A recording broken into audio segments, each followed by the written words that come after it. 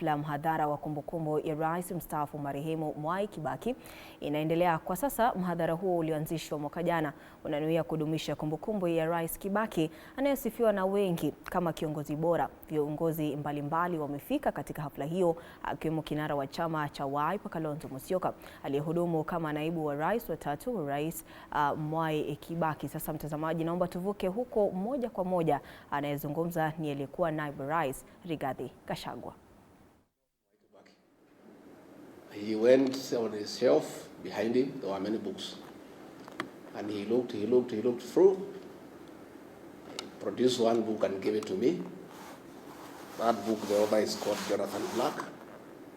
It's called The Oil. He said, if you want to do business, go and read this book. You'll be a good businessman. That is his mentorship, and today I'm a good businessman instead of tokenism.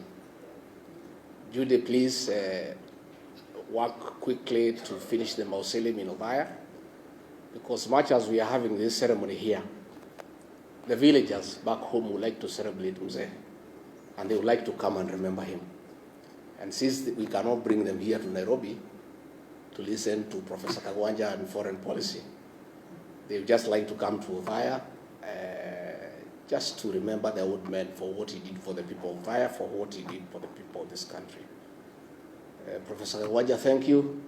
On the foreign policy, you have told us Mwai Kibaki, his foreign policy was based on the best interest for this country. The other day I talked about our foreign policy in Sudan that is driven by commercial interest. And I saw one of the Ruto flower girls yesterday trying to lecture me that I shouldn't talk about it because I sold to some constitution.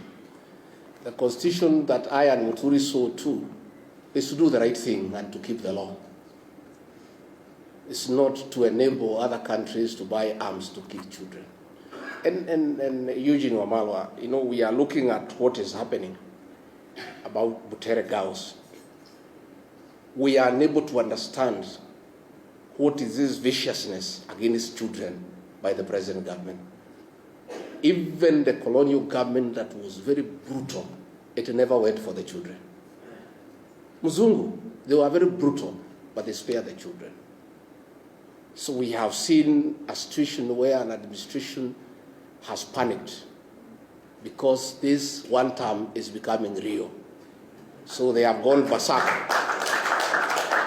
They have gone berserk, and they are now fighting shadows, including schoolgirls. From 2 girls, from 3 girls. These are harmless girls. How fluid is your government if girls can bring it down? Girls. Surely. You know. So when you look at the situation in the Sudan, we are allowing gold to be processed in Kenya and guns to be smuggled through Nairobi to go and kill children in the Sudan. So we are asking, what is this bile against young children? We saw the killing of the Gen Zs, the abductions of young children. What is this bile against innocent young children? So as we move on, let's pray for the country. And Ambassador, again, to shukuru wewe. Now I'm looking at General Gachagua here, and I want to say, if General Gachagua was the director of NIS, that play would not have been banned in Nakuru if it had to be banned. Because it came all the way from the sub-county, nobody noticed. It went to the county, nobody noticed. It went to the region and it became number 3, nobody noticed. They only noticed about it in Nakuru, in the finals, because of a failed intelligence system. You know, that will not happen. So if a decision needed to be made that is a bad play and people should not see it, ingesimamishiwa huko mbali, because the officers on the ground every day. Lakini watu wote wamelala. Kila mtu anatafuta pesa. Hii serikali ni ya biashara. Watu ya intelligence wanatafuta biashara. Watu ya polisi wanatafuta biashara. Rais mwenyewe anatafuta biashara. Sasa know, these are things that would make Mwai Kibaki turn in his grave. You know, tuko na shida kubwa, lakini Mungu anatusaidia. So Jacob Haji, we are forming a political party in May. Tutatangaza. We look for a way to work with the Democratic Party. We would like to be associated with Mwai Kibaki and what he achieved.